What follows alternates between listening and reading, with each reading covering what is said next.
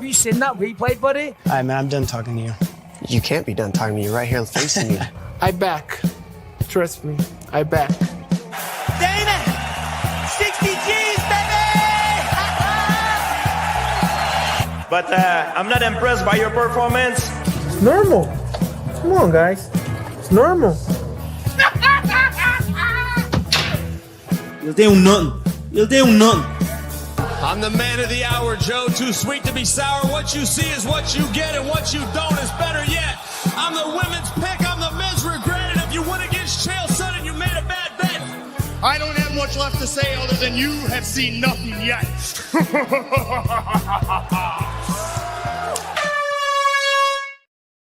What is happening, Fight Week Show fans, Fight Week Show people? Then we are back with another prediction show. Always not with us tonight, but I've still got the boys. Yeah, I mean, we're here, we're ready, we're rocking, we're rolling, and we're going to be struggling through these picks tonight, people. Joined by Crossover MMA normally, and Kick 'em in the head. What's happening, boys? Cross, how's your day, brother? We know you're tired, but how's your day been? Everything's all good, you know. Always looking forward to the prediction show. Always curious to see what you guys are thinking and trying to see if y'all are being honest or if y'all are sandbagging. And then we wait for the picks to come out. But I'm ready to get into it. Or if you're using a fucking AI simulating bot. But anyway, Owen, how we going, brother? Ding. That's one. I need a bot counter on this to how often we call this out tonight. Ding. I like that. Oh, yeah, you need to add a bot count. And yeah, dude, Cross, look. I'm not using any bots or anything. And I mean, you were with me the last time I was on this show. Did I lie about one single pick? Even my dog of the week, which hit? Come on, bro.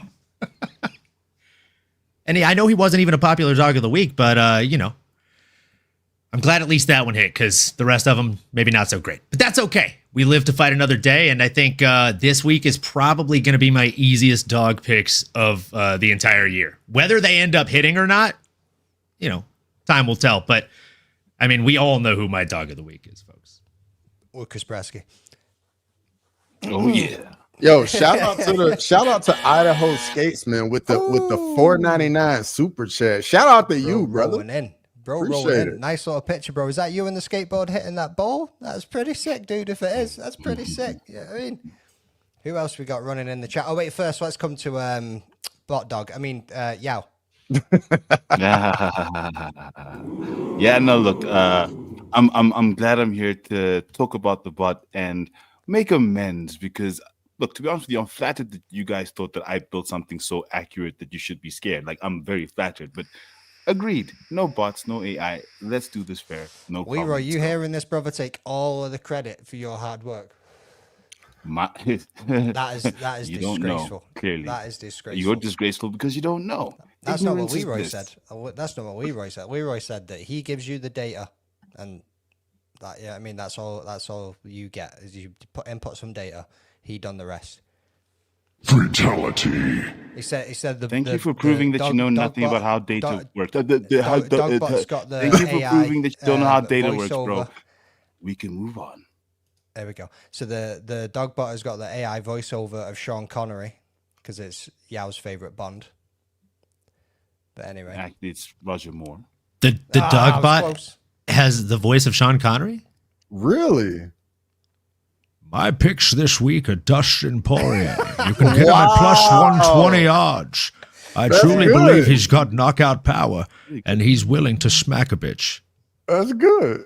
That was all right, but I don't know. I was leaning away from Sean Connery and going somewhere. There was somebody else I had in my head, but I can't pinpoint the name. But I'm going to listen back to that one and go back to it at some point. Let's rack up this chat before we crack on. Anyway, boys, Cross, you're gonna get the odds from me, brother. Once we start going through it. Yeah, I got you. Late as per usual, brother. You know how it goes. You know what I mean? If we ain't late, we ain't skating.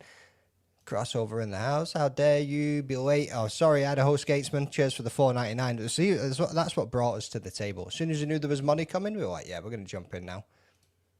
Why are you sniffing dead seagull farts? So what? She's talking to Leroy. Not here to sniff it. Yeah. Somebody, if we got like a moderator in the chat, kick that guy. Can't be going around sniffing dead seagull farts. These people are just having a whole conversation between themselves. I ain't even bringing half of this up. Taron Brown's in the house. What's happening, brother? Shout out to Wawa. Yeah, I mean, Wawa always up here. Where's Jax, man? Tell him to come on the show for once. You know what I mean? Dude's been super selfish. Grimey's in the house as well. Let's fucking rock. Always good to see Grimy. So shout out to Ola. He's away this weekend. It's his mother's birthday, so happy birthday to Mama Bear. But hope you have a good time chilling with the family, dude. Well, let's crack on with these picks anyway, boys. We've got UFC 318 coming our way. Let's have a quick look at this scoreboard. I'm only 1 point behind Yao. Just that 1 point. And I'm precious about my 1 point, brother. You're going down this weekend, son. I'm taking over you, and I'm chasing that Nigerian motherfucker at the top. That's what's going to be happening right here. Little Mr. Ain't So Humble going to be getting humbled as soon as I catch his ass. I'll tell you that. Cross. Hey, Cross. Big gap, bro. A big Cross, what happened to that gap between you and me, man? Looks like I'm sneaking up behind you there, brother. Not worried, man. We all have rough cards, and I got mine out of the way, and now we can get back to doing things the right way. Solid recovery there. Solid recovery. Confidence. I like it. Yeah, I mean, let's rock and roll onto this third card. We have got a women's flyweight bout between Carli, Judice and Nicolle Caliari. Yeah, I mean, coming in. What, Leroy, what have you done to these, bro? This is not easy to read at all. I mean, Jesus Christ, we're a record of 4-2-0, 8-3-0. I like how he's added the wins and losses in the last 5, though. That's cool. But I don't like this new font layout, brother. You need to change that. 170 centimeters to 160, 173 centimeter reach to 157. Woo! That is a massive reach advantage. Fighting out United States and Brasilia. Cross, what are the odds, dude? Carli Judice is a minus 395 favorite, and Nicolle Caliari is a plus 310 underdog. Wicked. And we will stick with you, brother, and we'll work around the board. So who you taking? For me here, I'm going with Carli Judice. I just think the reach advantage is going to be way too much, and it's kind of tough because I really like Nicolle Caliari. She's very aggressive, very skilled, but I just think the reach advantage is going to be too much, and she's just going to get picked apart from the outside. So give me Carli Judice. Easy money. Owen? Yeah, I mean, this is one of the easier picks of the card, if I'm being honest. Like, no bias going into this, aside from the fact that she is from Louisiana, which, you know, I typically root for those fighters, mostly growing up there myself. Carli Judice has a crazy reach advantage, and I've said this on my show, I've said this on this show numerous times. Having a reach advantage is one thing. Knowing wholeheartedly how to use that reach advantage is another story entirely. Carli's got both in spades, so I don't think this is going to be much of a problem for her. I see it being a very frustrating fight for Nicolle Caliari. I think she's going to have a tough time closing the distance, closing that gap, because not only is she facing a massive reach disadvantage, but she's also facing a 4-inch height disadvantage. And again, like a lot of you guys have been in scraps, whether in the gym or outside in the real world. Either way, if you've ever had to punch up, that shit's exhausting, brother. It sucks. So, I mean, she's going to have a tough night. I hope she packed a lunch. I'm going Carli Judice inside the distance on this one. Punching the wrong way, dude. You punch down, hit the beanbag. You know what I mean? Bring them down to your level. Yow, what you saying, dude? Look, not much meat on the bone, but Carli Judice got a head kick win in her last win against Yasni Dubin, and she trains out of head kick MMA. So I'm definitely going with Carli Judice. It's written in the stars, brother. It's written in the stars. Written in the stars. Head kick podcast going with the head kick finish. And as we were saying on Wednesday, boys, women's MMA seems to be having some unbelievable fights and unbelievable finishes recently too. So it's going to be a full house pick on this one. Like Owen said, I mean, it's going to be a tough night for Caliari to close that gap, get in close, and be able to take her down. So I'm going with a striker in this one too. So full house pick all around. And I imagine the boys that aren't with us tonight will be doing exactly the same.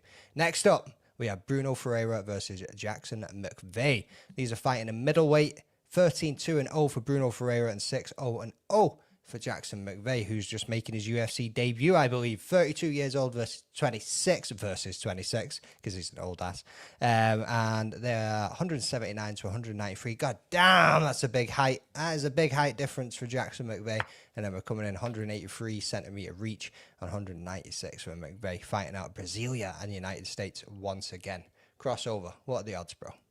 Brunno Ferreira is a minus 550 favorite, and Jackson McVey is a plus 410 underdog. Boom. Owen, we're coming to you, my dude. Yeah, so this is one where I'm going to completely flip-flop on my theory and reasonality behind what I said about the last fight, right? Like, I went with the taller, longer gal in the last fight. I'm going with the shorter, stockier guy in this one. But there's a vast reason for that. When it comes to the ladies in the last fight, there's not a huge discrepancy as far as experience goes. In this fight, you're talking about a guy who's 13-2 with multiple UFC fights, high-profile UFC fights, right? We're talking about the guy that knocked out RoboCop Rodriguez. Coming in here against a guy who is still very, very fresh to the scene, 6-0. He is undefeated, but I think that O is definitely going to go. And look, when I watched tape on this guy, because granted, I didn't know a whole lot about him until this fight was announced, boys, like most of you, I'm sure. What I notice is he's very tall, right? Like that, you can see that on a stat sheet. But he carries a very high guard. And if I'm Brunno Ferreira, I'm digging the fuck out of those body shots, and they're gonna be easy. And the moment you hit 2-3 of those in succession, this happens. And once that happens, the dude is going for a ride, and that ride is face down. It's going to be 2 hits, one to his face, and the other is going to be his face hitting the mat. I've got Brunno Ferreira hulking out, doing Hulk things in this one. Yeah? Yeah. Look, you know how I feel about guys with the O records, and now he's coming in. Jackson McVey coming in fresh from LFA. I just don't see how he beats Brunno Ferreira. Brunno proved that he can beat a taller fighter when he beat Armen Petrosian, even though he lost to Abus Magomedov, who's also a taller fighter. So I think he's learned his lesson around taller fighters, like Olin said, So I don't see Jackson McVey doing it. Give me Brunno Ferreira. First round TKO. Chris Cushman there. Brunno going to KO him or club and sub, you know what I mean? Again, I think this is probably going to be another full house. And yes, like Owen said, we're going against the grain of what we said in the last one, but Brunno Ferreira also has unbelievable experience within the UFC too, plus everything that he said where he knows how to work the body, he knows how to make it dirty and get in, and the man carries some power in his hands. So I'll be backing Brunno Ferreira to get this one done as well. Crossover. Anything different, brother? Man, it's a clean sweep. Brunno Ferreira just been in there with the higher level of competition. Then on top of it, he's already dealt with the height and reach disadvantage in fights against Phil Halls, Ruzaboyev, Abus Magomedov. So this isn't something different for him. And I think him having all that experience is only going to help him out. So I think Brunno Ferreira gets it done. It goes back to the old making your debut. You know what I mean? The stat that not many people making the debut actually win the debut fight, especially when you're coming up with somebody that's got experience like Brunno Ferreira does. Let's move on to the next one, boys, and have a little look at this. We have got Ryan Spann versus Łukasz Brzeski. This is the worst fight of the night, but here we go anyway. Heavyweight, boring ass, not even going to see a knockout or shit. You know what I mean? I hope we do, but I doubt we do. 22-11-0, 9-6-1. Look at that. Last fucking 5 fights for both of these boys. You know what I mean? 1 in 5 for both of them. 33 years old for both men. 196 to 193, 201 and 199 in the reach. So not much difference in height or reach in this one. Come out United States and Polski. Crossover. Hit me with them odds. Ryan Spann's a minus 245 favorite, and Łukasz Brzeski is a plus 200 underdog. Woo. Yow, what you saying? Yeah, so this was one of the trickier fights to pick. 1 in 5 for both guys, but I think about all the times I've tried to back a fighter who's on a ridiculous losing streak and has no chance of really getting out of the woods. And when I think that, I think Ryan Spann. He just seemed to not ever get into gear, especially after he lost to Lionheart Smith. Once he lost to him, he was just terrible after that. He gets tired. He doesn't seem to know what to do when he gets into positions, whether it's striking or on the ground. As bad as Łukasz Brzeski is, I think he actually takes this fight. I think he beats Ryan Spann. How? I don't really know. Probably some boring decision. Ryan Spann coming up to heavyweight, I think it's just going to be too much for him. So I'm going to go with Łukasz Brzeski as my underdog in this fight. I like it, brother. Do you know why I like it? Because I'm right there with you, son. You know what I mean? If you look at the likes of the people that Ryan Spann has lost against, especially moving up to heavyweight now as well, there's a lot of grapplers in there. Łukasz Brzeski likes to get in the clinch, likes to take you down to the ground and just try and do some damage whilst he's down there, as much as he's got like some kind of pillow hands, but it's for a heavyweight. But at the same time, he's going to keep you down there. He's just going to pep you a little bit. So I'll be taking Łukasz Brzeski in this one as well. Cross, what are we saying, dude? Man, this is a rough one. Lucas Brzeski's got 1-5 in the UFC. Ryan Spann's only won one of his last 5 fights, so it's a very tough pick. But I'm gonna go with Ryan Spann, and it's literally just a coin flip. And there's no rhyme or reason to pick either guy in this fight. It's kind of just we'll just see what happens, really. Owen. Well, I mean, I got to say, I'm going with you guys. And by you guys, I mean McDane and Yao. I think Brzeski is a great dog to bet on in this one because, granted, Cross makes a good point, right? Like, he's won one fight in the UFC. It was over Walter Walker, by the way. Pretty solid fucking win. That's aging very well. And we got to also look at his losses, right? Like, Waldo Cortez Acosta, come on. Salsa Boy's a stud. Mick Parkin, also a beast. And Kennedy and Nzechukwu, if you get caught by him, he can knock just about anybody out, right? Like, he's got kryptonite in his hands. The Bull is a very fitting nickname for Lucas because, just like you guys said, he likes to really crush inside the distance and cut off that range. So I think he's going to look to do this against a Superman Spann who only has a 1-inch reach advantage on him. And I got to be honest, like, it feels tough betting against Superman because, like, my first tattoo was a Superman symbol when I was fucking 17 years old. When I saw this guy enter the UFC, I was like, wow, dude, this guy's really good. He could actually be something. And maybe there was bias. Maybe it was because of the Superman manual. But either way, like, at some point, that roller coaster hit the peak and started just going down from there, right? And it's not necessarily seemingly going down to pick up speed to go back to the top. I think this might be the end of the UFC career of Ryan Superman Spann. And I think we see Lucas Brzeski get on the bicycle and get back in the win column.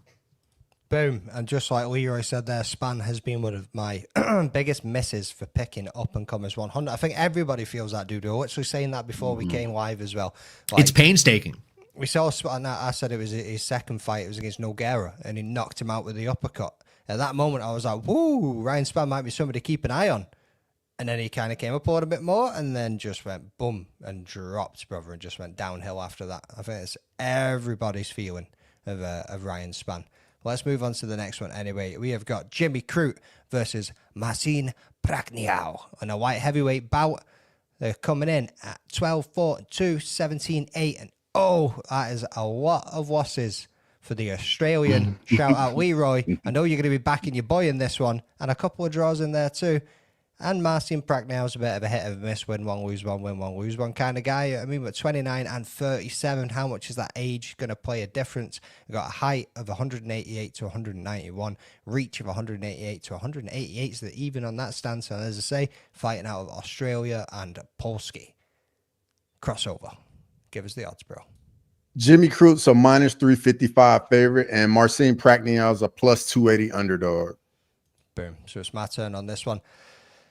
Like I was saying, dude, like, you look at Jimmy Crute and he just seems so flat-footed, doesn't really seem to be going anywhere. And again, it looks like it's going to be another end of a career for somebody in the UFC if he loses this fight.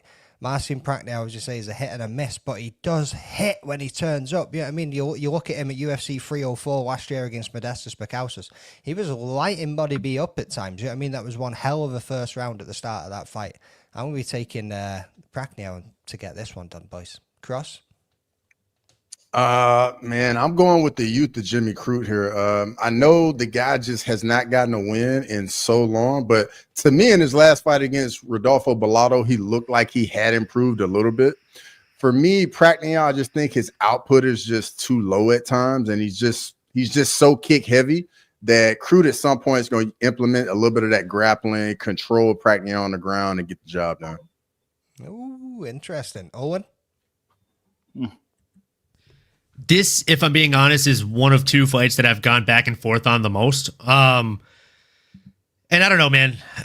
Maybe I just want to believe in Jimmy Crute. I want to believe that he's improving and getting better. That last fight was a banger. I thought he did enough to win that fight, but I digress. He's not had the best career in the UFC. And the crazy thing is, just like Jake Matthews, we were talking about this not long ago, right? When he just fought, that guy's just 30 years old. This guy's only 29. He's still young. He's still a kid, really.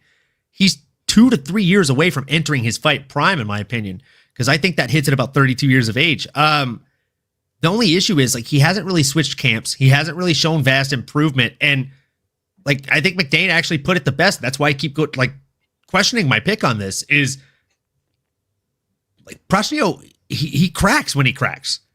It's just a matter of like which version of him is going to show up. Is he going to be gun shy, or is he going to show up and be ready to pull the trigger super fast in there? Because that's ultimately what you have to do against somebody like Jimmy Crute. Otherwise, Jimmy Crute's going to out wrestle him, and it's going to be probably the most boring fight on the fight card. It either ends in excitement with Prachnio getting a finish, or Jimmy Crute drags this into deep waters and just makes Prachnio look tired and sloppy in there. I'm leaning towards Jimmy Crute, though, if I'm being honest, man. As of right now, that could change in 10 minutes. Ooh. Leaning with the grappling, son. Leaning with the grappling. Dogbot, what are you saying? I mean, yeah, what are you saying, bro?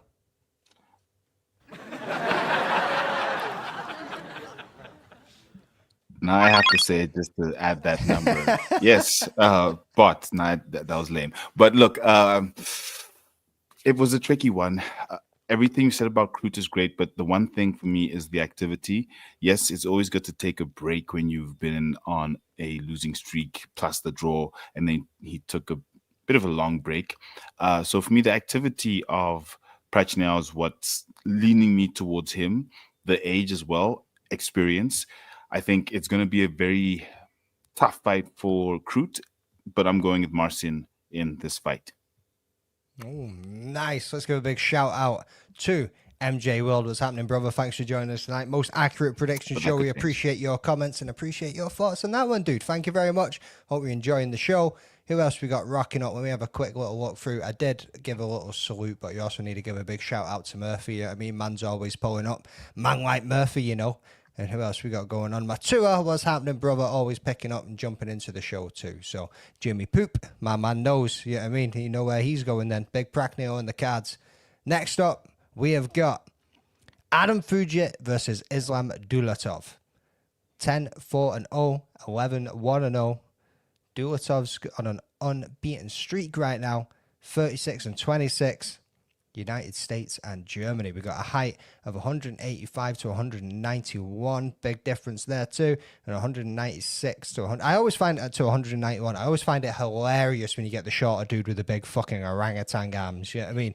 Like, it's always a shorter dude with a long ass arms going against somebody that's fucking just like normal sized like Islam Dulatov. Anyway, crossover. Give us the fucking odds, bro. Adam Fugitt's a plus 470 underdog, and Islam Dulatov's a minus 650 favorite. Fugitt, crossover, you're up. Yeah, man. For me, I'm going Islam Dulatov. The guy got a finish in round one in his Dana White Contender Series fight. Adam Fugitt's kind of been up and down his last 4 fights, really. I just think Islam Dulatov's gonna get it done. Like the output is there, got big power in his hands, also has some submission ability. So I think he gets it done. Boom. Owen, who you thinking, bro? I just said it in the chat. Chris Cushman said Dulatov via unmitigated violence, and I said Chris Cushman is speaking unmitigated facts. I mean, the dude is undefeated, and I mean, he just seems untouchable out there, man. Like, genuinely, he's going to be a problem for anybody outside of the top 10 in this division if he continues on the growth path in the way that he is. I was excited to see his last fight, but of course it got rescheduled, canceled, etc. I think this dude's going through a little bit of Islam and Khabib syndrome where guys just don't want to fight him and they realize too late, so they end up pulling out of the fight for undisclosed injuries or reasons. Like, the last multiple pullouts have been for undisclosed reasons. I think that's we've got our reason there, right, guys? 100%. Yeah, were you still sticking with the always gotta go on most of the fighters this year in 2025? Are you gonna go with the German sensation known as the Ripper in this one, brother? What are you saying? Wait, I have him as 11-1, so he doesn't have an O. So for me, that's cool. Because he's 11-1, so I'm going with. Oh no, you're right. You're right. His very first professional fight, he lost. But that was like 6 years ago, bro. You can't count that. I mean, he's undefeated as it stands. Look, a 10-fight win streak is practically undefeated, but good enough for me to take him definitely that one. I agree with you 100%. Over and above that, Fugitt is a win-loss fighter, and he is primed for a loss after his last win. So I just don't see how he does it. There's nothing that's standing out to me, whether it be the age, the height, nothing is standing out to me to say that Fugitt can do it. Fugitt can do it. So I'm going with Dulatov. Shout out. Yeah, I mean, so, yeah, I think everybody's going to be going with Dulatov in this one, full house all around. I mean, like you say, you got the finish in his Dana White Contender Series fight. He also got a finish in his fight before that in Octagon. I've seen the highlights of that one. The dude just seems like he's coming out there with dangerous intentions every time he steps into a ring, so, or a cage, whatever you want to call it. Yeah, I mean, so full house pick all around on that one. Let's get on to the next one, boys. And also, he's a former model, so I mean, he's got that going for him as well. Take your fucking top off, you know, Sterling be screaming that right now. If he was here. Of course. Take your top off. What the fuck was that? Next up, I'm probably going to butcher this name. Oh, wait, no, it's Jean-Paul Gaultier versus Robert Valentin. Yeah, I mean, 7-1-0, 10-5-0, 23-30. 193 centimeters to 188, 206 to 196 in reach. A 10 centimeter reach advantage and a 5 centimeter height advantage. Ooh, that's going to be pretty fucking handy for Jean-Paul Gaultier. Yeah, I mean, fighting out of Cameroon and Switzerland. Who we got? Owen, you first on this one, brother? No, Yao. So with this one, I'm going with Ateba Gautier. In his last fight, you don't want the odds? He doesn't need them, bro. Dogbot's already ran it. Yeah, I mean, sorry, Cross. Give us the odds. Ateba Gautier is a minus 550 favorite, and Valentin is a plus 410 underdog. Oh, right, go on, yeah. Yeah, so Ateba Gautier, I went against him in his last fight against Jose Medina, rather foolishly, quite frankly, if I look at it, because he absolutely bludgeoned Medina. It wasn't even funny. And he's going to do the exact same thing to Robert Valentin. I'm definitely going with Ateba Gautier to win this fight by knockout in the first round. Wicked. I done exactly the same. Went against him when he was fighting Medina, because I probably had a little bit of seeing Robert Valentin, because was he not in Dana's White Contender Series or some shit? What was he on? He was on I think he was on Tough. And then he lost. Yeah, and then he lost Tough. Yeah, because he looked like a fucking animal in Tough. Yeah, I mean, coming in with all the Nordic tattoos and all the rest of it, fucking dude looked like an absolute machine. Sleeping outside, setting up the rocks and Nordic stones and stuff. Doing He was an animal. And then he rocks up to the UFC and loses against fucking Ryan Loader and Torres Finney in fucking spectacular fashion. I was just like, Jesus fucking Christ. Like, so yeah. Ateba, is that how you said it, yeah? Is that how you said it? Fuck Ateba. Jean-Paul Gaultier all the way for the fucking win, boys. Wait, is that someone who you really want to say that, like, about, like, just, you go to events, maybe one day he happens to come to UFC London and he's like, hey, I happen to watch a show, fuck you, and he punches you in the face. He can punch, but he's still going with him. I know, yeah. Like, if he punches him in the face, A, he doesn't have a good sense of humor, and B, he doesn't have a good sense of smell. Exactly, I was about to say, bro. Yeah, I mean, like, Jean-Paul Gaultier is Jean-Paul Gaultier literally won Scent of the Year at the Playboy Mansion for 3 years in a row. There's never been another cologne to do that before. They called it the fucking panty dropper, bro. Yeah, go and hit yourself with some Jean-Paul Gaultier. Me to do it. Yeah, fuck you. I will honestly tell you, it is the cologne I was wearing the first me and Mary's first date, and it is the reason I keep some on the shelf.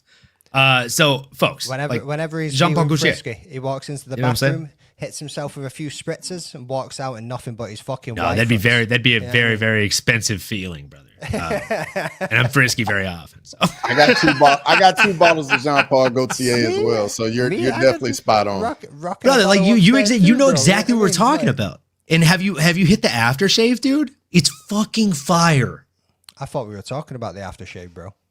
The cologne is what I was talking about originally. Yeah. The cologne's legit. The spray is fire, but like, what you calling different to aftershave? Like, the aftershave is a different bottle. It's the same like shape, body shape, but you pour it onto your hands and you splash it on after you shave. It's the same fucking fragrance, except when you spray it or you pour it. No? It's similar, but it's not the same. It's like the difference between Chick-fil-A sauce and the honey barbecue sauce or whatever. You're casual, bro. You're casual, brother. You've got an Ateba sense of smell right now, McDane.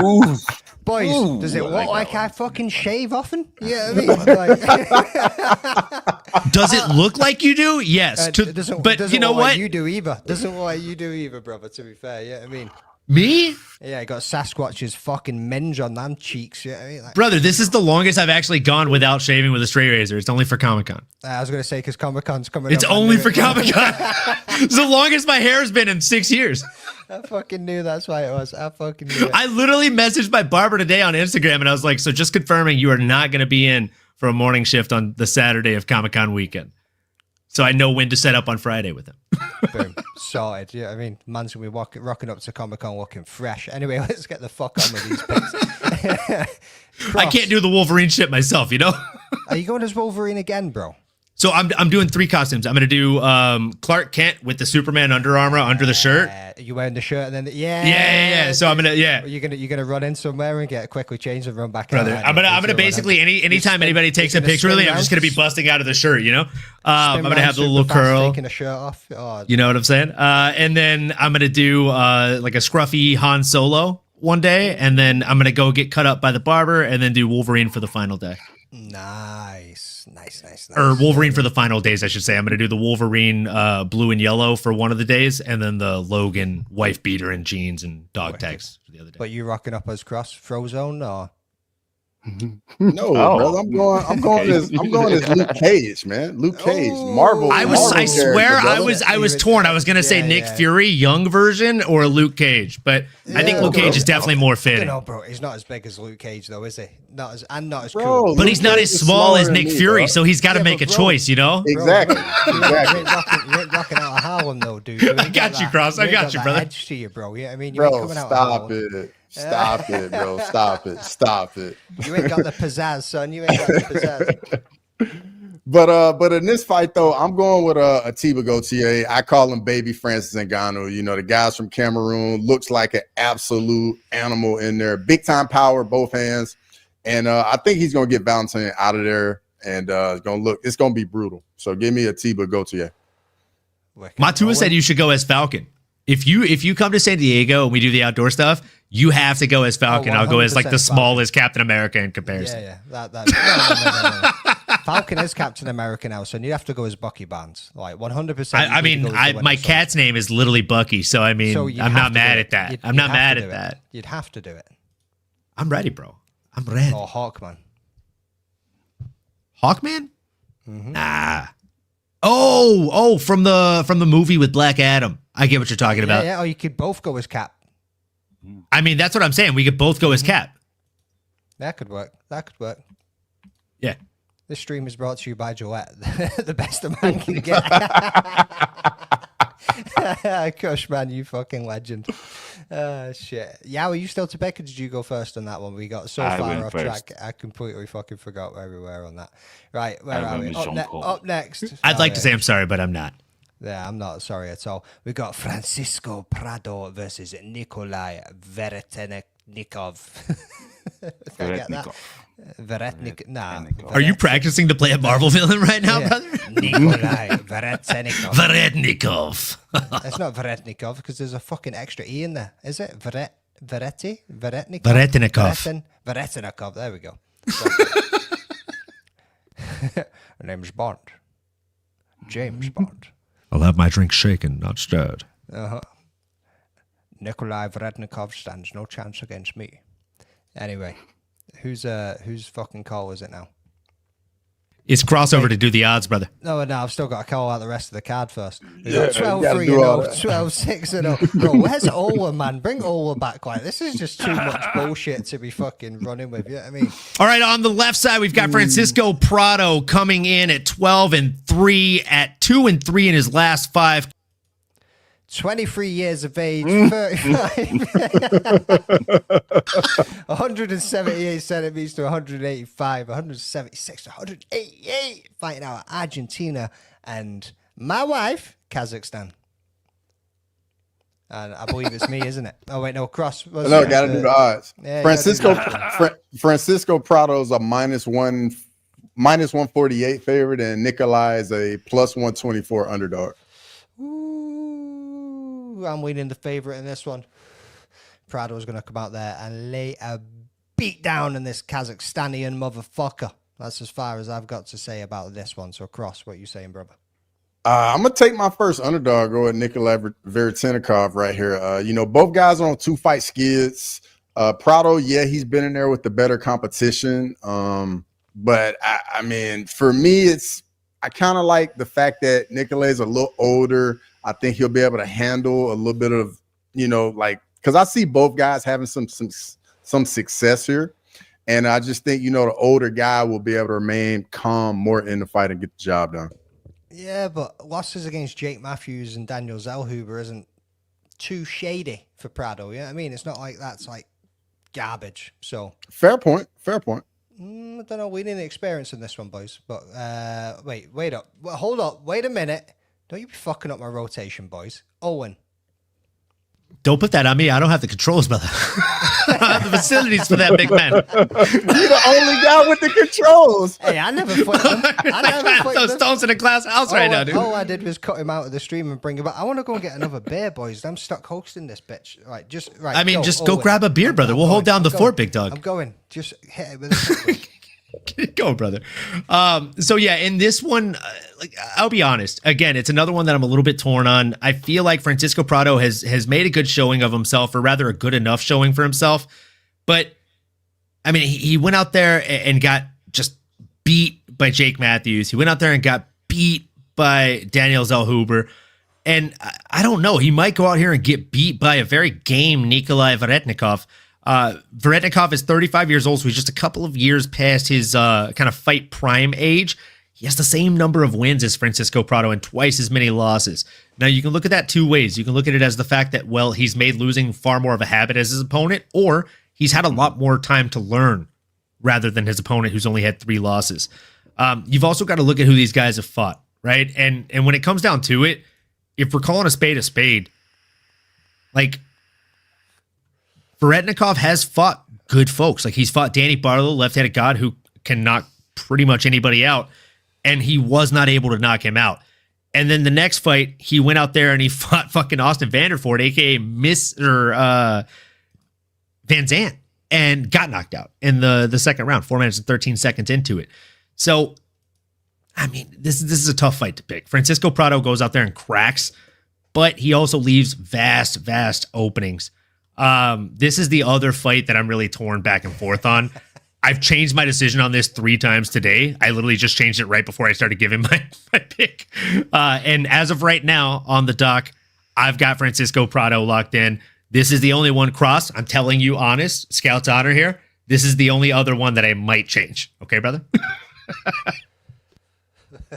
I appreciate the honesty, bro. Yao, what you saying, dude? Yeah, I'm going with Prado, specifically because when I saw Veretennikov losing to Vanderford, it was just very unimpressive. I just didn't really like how he looked, and even his decision lost to Danny Barlow. So over and above that, with who Prado's lost to, I'm definitely going to go with him. The younger fighter as well, 23 years old versus 35 years old. I think he gets in there. American top team gets it done with Francisco Prado. Nice. Are we even we're not even at the fucking main card yet, boys. We're not even at the main card.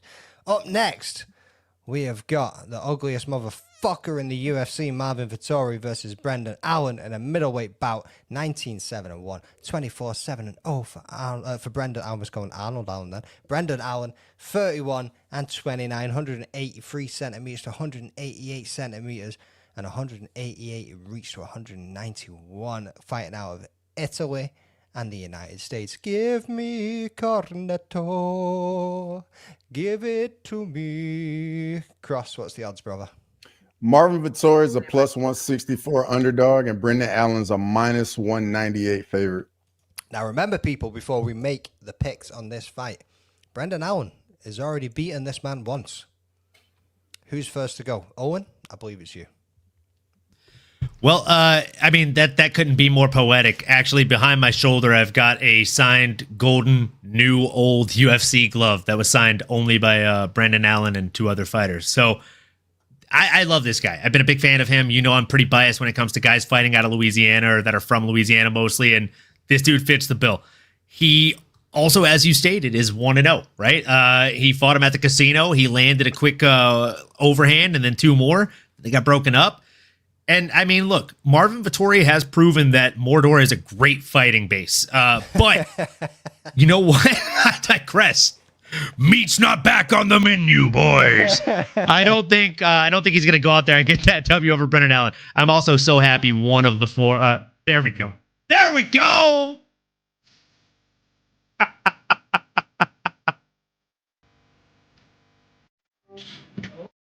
Oh man. Stop. It wants to play.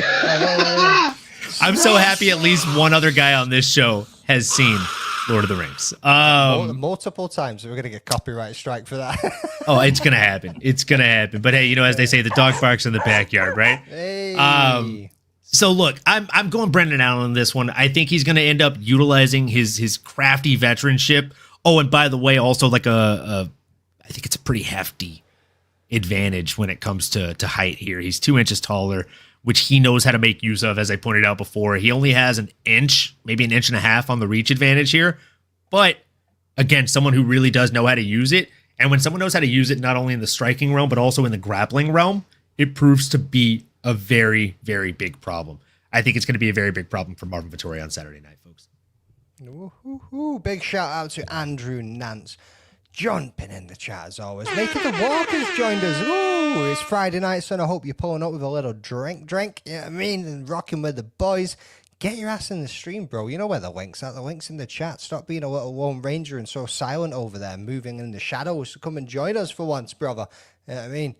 Who else we got rocking up? Nah, fuck Leroy. Yao, what's your picks, dude? Yeah, I'm going to go with an underdog here. I'm going to go with Marvin, the Italian Dream Vettori. Why? Because fuck Brendan Allen. He's busy calling out DDP as if DDP's not going to smash him, even worse than he's going to smash Khamzat. So I'm definitely all in Marvin Vettori on this one. I think he gets it done. 3 rounds, boring. I don't think Brendan Allen's really going to show much. He's probably going to fight Khamzat next because, you know, that's the sort of level. But I'm definitely going Marvin Vettori. I disagree. We both had something. I love that we both had something queued up. I fucking love you, dude. That was awesome. Oh, that was wicked. That was fucking amazing. Yeah, I mean, shit. You ruined it. Right, straight up. Fucking Marvin Vettori. I mean, the dude's got a fucking chin, boys. The dude is made of stone. Met him in London, fist bumped the motherfucker and just about broke my hand. The dude's hands are massive too, by the way. Like, he can fucking crack. This boy is built different. Like, when you see him in person, he's huge. I've never seen Brendan Allen in person. I imagine he's probably just as big. There's not much fucking difference, but Marvin Vettori's a big motherfucker. But in saying that, I feel like obviously Brendan Allen's lost his last 2 fights. So I mean, Imavov and fucking Hernandez, Fluffy Hernandez is unbelievable when it comes to going across a 3-round fight, especially when it comes to grappling as well as makes it up with the striking. It's a tough one. It is a very, very tough fight. Like, Marvin Vettori, like I say, he's got the chin, so he's durable. He can make it through the 3 rounds. He can try and negate the grappling as much. Like, we've seen it, especially when he was against fucking Dulatov as well in that second fight. It wasn't as much of a banger as you hoped it would have been, but it was what it was. But I don't know why, I'm still leaning Brendan Allen in this one. I know Marvin Vettori's just coming back. Rest in peace to his brother. He's going to have a little bit of a burner behind him on that one. He's going to have a little bit more motivation behind him to try and get the win on this one. But I'm leaning Brendan Allen, boys. I just feel like he's going to have a higher output. Like, Vettori's got some power, but his volume isn't really there. And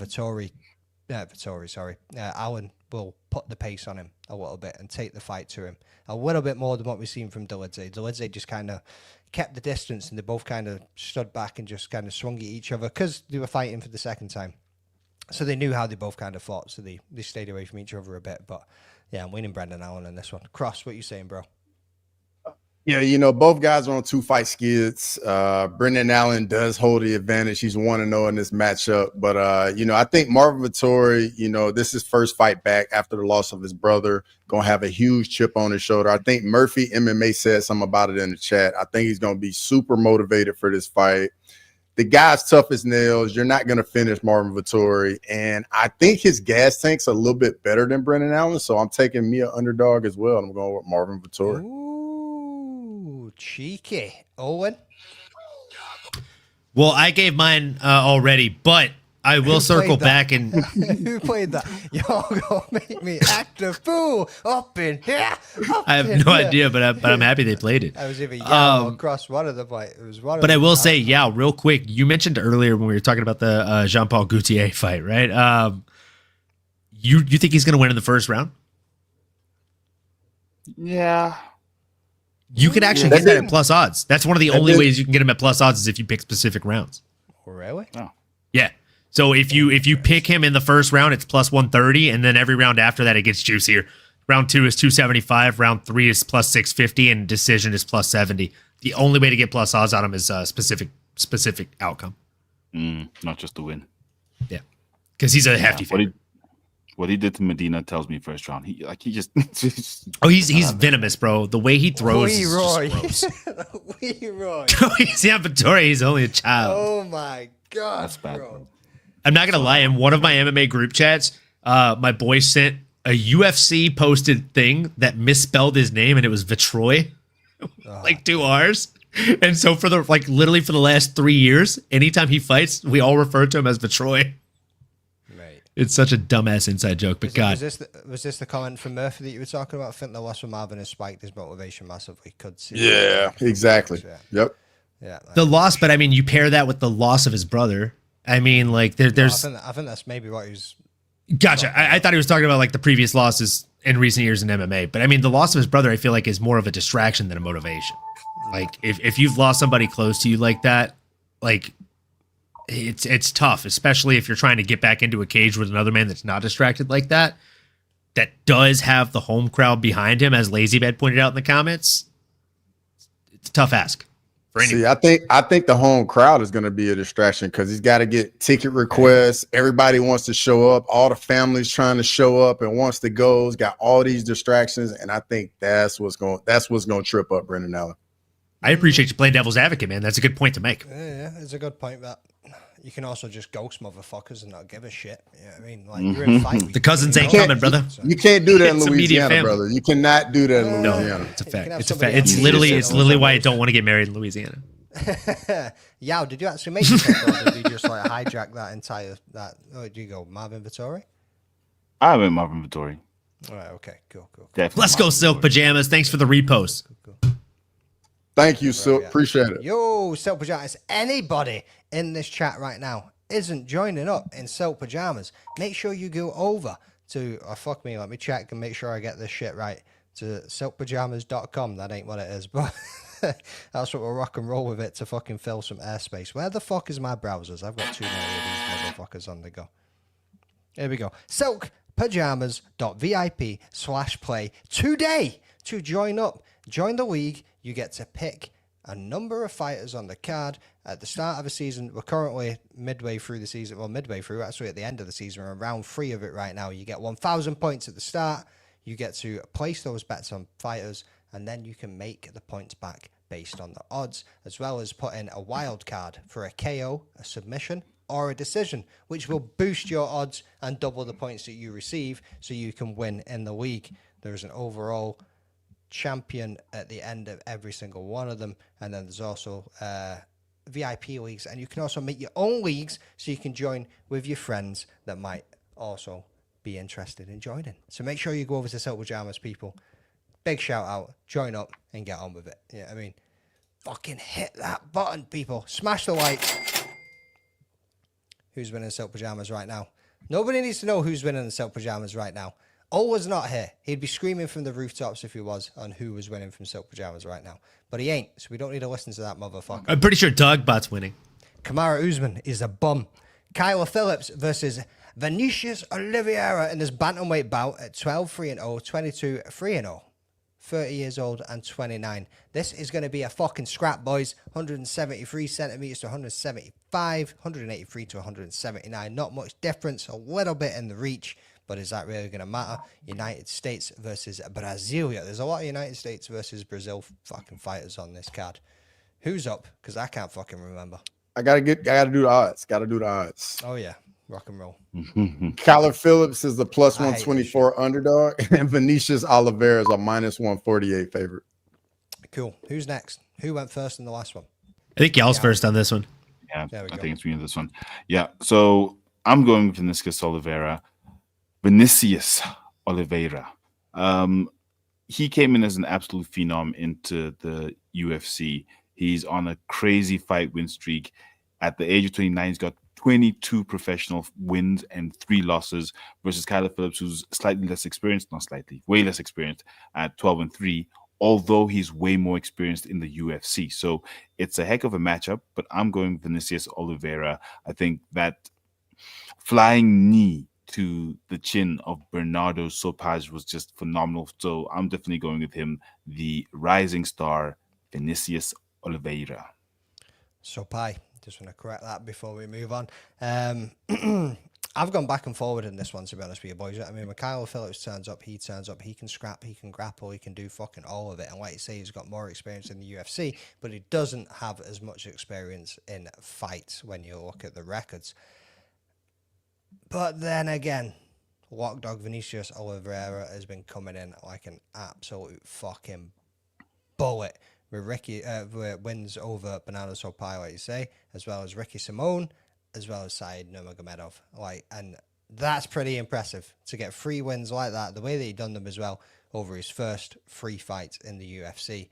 And we're back in Oliveira as well in this one. Cross, where you going, dude? Yeah, I'm going with Vinicius Oliveira as well, man. The guy just always turns up.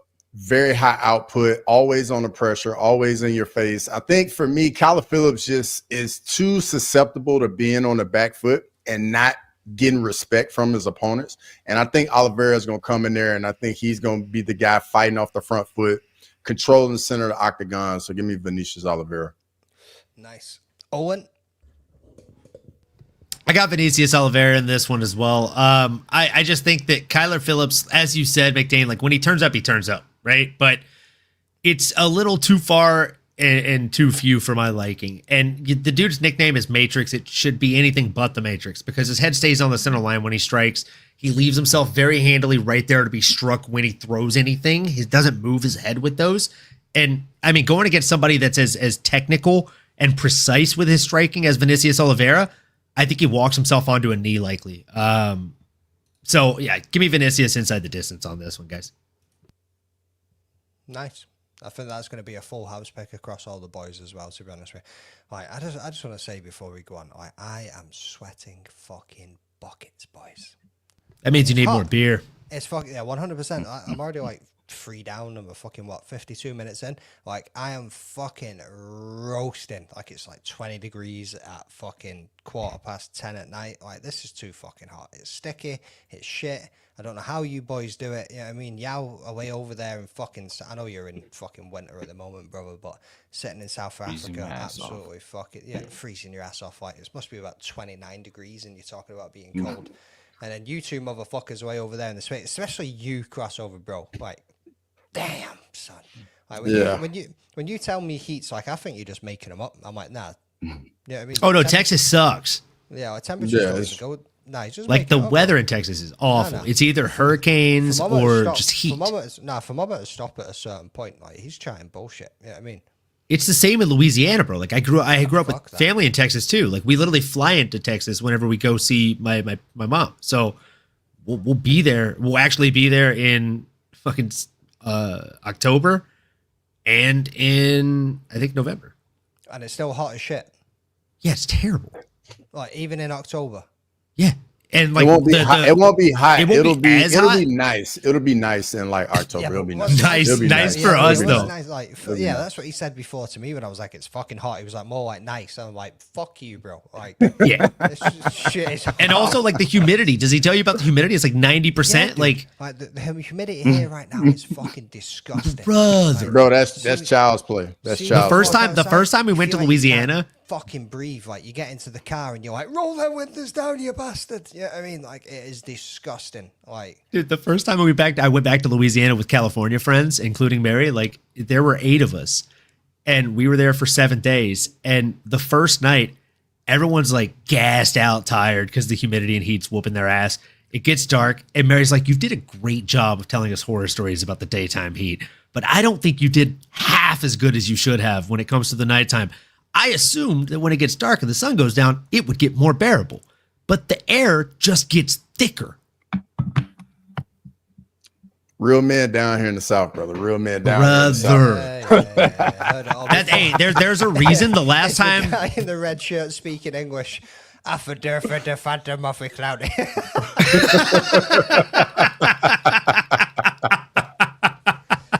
Hey, real quick though. Bro, I will slow it down for your American ass so you can understand what I'm saying from word to word. I'm in Scotland, bro. We talk fast. Either get on the fucking train or fucking wait at the station. Either way, I don't give a shit. You know Train's what I mean? leaving, folks. Woo! Alabama, Ohio, easy grimy. Yeah, I mean, he's speaking kilometers. I think last time the UFC went to Louisiana, it was one of the highest finish percentages on a card. Oh, that's nice. That's nice to know. I think it was like 11 out of 13 fights were finishes or some crazy number. Oh, fucking crazy. I'm just throwing that out there, you guys. Right. So who's up next? Michael Johnson versus. Did I get for everybody? Everybody make a pick? Yeah. Michael Johnson versus Daniel Zellhuber at lightweight, 155 pounds. Daniel Zellhuber has been talking bare shit before this fight, boys. Yeah, I mean, coming in at 23-19-0, Michael Johnson, the fucking legend, against 15-2-0, 39-26, 178 centimeters in height to 185, on 187 reach to 196, which is fucking insane for Zellhuber. You know what I mean? United States versus Mexico. Cross. Give me the odds, brother. Michael Johnson's a plus 455 underdog, and Daniel Zellhuber is a minus 625 favorite. I'm staying with you, bro. Who you got? I'm going with Daniel Zellhuber. I think, the 3-inch reach advantage, the 13-year youth advantage. Give me Daniel Zellhuber, man. Michael Johnson, been in the game forever, fought a little bit of everybody. I know he's on a 2-fight win streak here, but Father Time's undefeated, so give me Daniel Zellhuber. At least 5, Grimy. That would be the correct answer. All right, wicked cross, no worries. Owen, where are you going with this one, dude? Starting the card off with one of the only people in UFC history to have a knockout on Dustin Poirier is pretty vicious, right? And thanks, Lazy. I appreciate that stat. The last time the UFC went to New Orleans in this very same arena, they tied the UFC record for first round finishes with 7. That's first round finishes, folks. Come on. Let's fucking go. These folks don't love that humidity. I'm telling you. With that stat, I'm going to be completely real with you guys. I think I might go on DraftKings Sportsbooks. I'm going to hit up the bookie tonight, and I'm just going to put like $5 on every single fight to finish inside the distance. Not even pick a winner. I feel like I will finish plus money. I feel like it's a safe bet. We'll see. And in this one, I'm taking a not so safe bet, Cross. I'm gonna go against you. I'm gonna go against Father Time, as I oftentimes do. My co-host is a fucking child compared to me, and he hears this all the fucking time. He always picks the young guns. I always pick the old dogs. And look, I think I gotta go old dog here. This is gonna be another dog pick for me. My second dog of the night here, folks, in the dog competition. I just think all that shit talk that Daniel Zellhuber's doing, he's got to back it up. And what happens when you make it past the first round and you haven't hurt the guy? Everything, including your confidence and game plan, starts to wilt away like a flower that has no water, has been overwatered, folks. I mean, we're going to watch this happen in real time on Saturday. And Cross, to make it fun, to make it spicy, I'll bet you $25 and a shot of whatever you feel like drinking on Saturday on that fight. Ooh, that's going to be water. But yow. No. It's got to have at least 40% fucking alcohol in it, kid. We don't play fucking games here. Cross, I'll let you think about your answer, bro. Yow. Where you going with this one, dude? Look, grr, woof, woof. Like Olin said, the old dog here has something to prove. That was a dog? That was a dog right there? What kind of dog was that? What kind of dogs y'all got in South Africa? Brother, I'll hit the sound effects. Like, you don't have to do that to yourself, big dog. Like, you can just say like, "Hey, I'm going with the dog as well," and then I would have hit the dog button. You know what I'm saying? It's like, hey, there it is. You know what I'm saying? But hey, I appreciate the effort. You definitely get a B+ for that. I do have a dog that has woof woofed before, but with that said, look, I'm going with the old dog in this one. Michael Johnson. I can see how focused he is on this fight. We saw him at the press conference. Zellhuber looked relaxed because he looks like he's going up against an old dog who doesn't really have much. He's the taller fighter. He's got the better record, if you will, right now. He might be coming off a loss against Esteban Ribovic, but he's still got the right momentum. He's a minus 600 favorite. I mean, for me, that's not necessarily the right mentality to go into. So I'm going with Michael Johnson, the old dog, the menace in this fight. Good shout. Good shout. Due to the bare bullshit that Zellhuber's been talking, I've also been leaning to the dog. Like Owen said, what are you going to do after the first round if you've not put him out there? Like, you can punch, you can kick all you fucking want, and this dude's just going to keep walking you down. He's going to play the smart game. He's got the fight IQ behind him. You know what I mean? The fucking grappling will come into play at some point. He'll close the distance, and he'll get you in the clinch. Then what are you going to do, Zellhuber? Then what are you going to do? You know what I mean? So, might be a little cheeky dog pick for me too, boys. Well, Michael Johnson action. You know what I mean? Cross, have you decided whether you're going to bet a shot on this bitch or not? I'm not very confident in this, and that's just me keeping it 100 with Olan. I know, like, it is what it is. I'm not very confident in it just because I'm fighting for my life over here tonight. There you go. Yeah. lick my balls. Oh, shit. It's not very often I get to use that one, so thanks, Cross. You're welcome. I got you. It's nothing but love, brother. And I appreciate the honesty, dude. Like just like I'm being honest with about my dog picks, right? Like, this is one that I have not gone back and forth on. I've gone back and forth on it one time. I originally picked Zellhuber. I thought he was a solid pick. And then I saw the buildup, and I'm like, the kid might be drinking his own Kool-Aid here. And that's a scary thing to be doing when you're going against a very wily veteran like Michael Johnson, who he typically wins the fights that he's guaranteed to not win. So that's against the cut of the grain here. That's one of the main reasons I'm going with him. That's a fair reason. Big shout out to Leroy, who's currently being deported from Canada. You know what I mean? Man's traveling all the way back to Oz if they'll let him back in the country when he lands. But we'll see what happens with that. He's just cleaning and selling now, bro. Or anybody in the Montreal region, if you are looking to get yourself a nice, shiny, new PC tower that is fucking kitted out to the gills, and it might also be full of a little bit of PORN, you know what I mean? Like, Leroy can keep that on for you. He's going to wipe just a little bit? Just a little bit? Just a lot of bit. A lot of bit. A lot of bit. Yeah, a lot of bit. You know what I mean? There's a 2 terabyte hard drive in that bitch. Just full of the dirtiest shit you could think of. There's bare AI porn on there, dogbot porn, all of it. You know what I mean? You can get whatever the fuck you want. I think that's 4 times I've mentioned that motherfucker now. But yeah, if anybody's looking for a PC, yeah, I mean, hit Leroy up. Hit Leroy 4? up. That's 4 times? I'm at 6. Oh, fuck, I forget, bro. I forget. I'm trying to look at this shit. I'm trying to host. I'm trying to go around. I'm trying to fucking put up the comments. Like, don't worry, baby boy. I'm keeping count. Ola just sits here, looks at fucking pictures that Leroy made for him, clicks on them, talks about what's on it, and then lets everybody else do the shit. And he gets everyone else to do the comments and the odds and fucking all the rest of it. You know what I mean? Shout out Ola. He fucking does it better than me anyway. 100%.